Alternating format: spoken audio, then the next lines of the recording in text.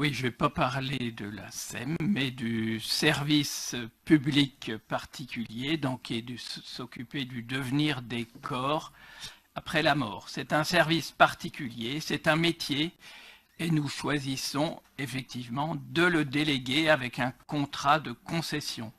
Nous choisissons de concéder ensemble le service extérieur des pompes funèbres et la gestion du crématorium. C'est une évolution dans l'histoire funéraire qui marque la popularité croissante de la crémation et sa banalisation. Un peu d'histoire funéraire est nécessaire pour expliquer cette étrange expression de service extérieur des pompes funèbres. L'obligation de l'extérieur, c'est l'interdiction de l'intérieur.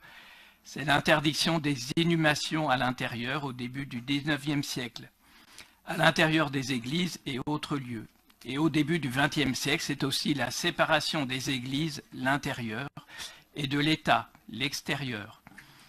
Il y a du flou aujourd'hui entre l'intérieur et l'extérieur car on ne comprend plus les querelles et les distinctions anciennes. Un exemple d'actualité, Monseigneur l'évêque a remis à l'intérieur, dans les églises catholiques, ce qui avait fini par se faire naturellement et banalement à l'extérieur, dans un centre funéraire laïque. Intérieur et extérieur ont perdu leur sens historique. La mise en perspective historique éclaire l'évolution actuelle que nous choisissons de réunir pompes funèbres et crémation.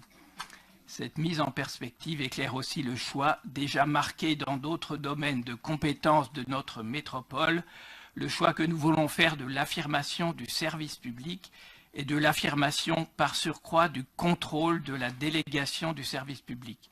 Contrôle que l'on souhaite renforcer et qui est financé par une redevance du délégataire et avec un contrat court de 4 ans qui permet une révision régulière du contrat, qui permet de se mettre ou de se remettre régulièrement en conformité avec les préconisations des services de contrôle financier de l'État.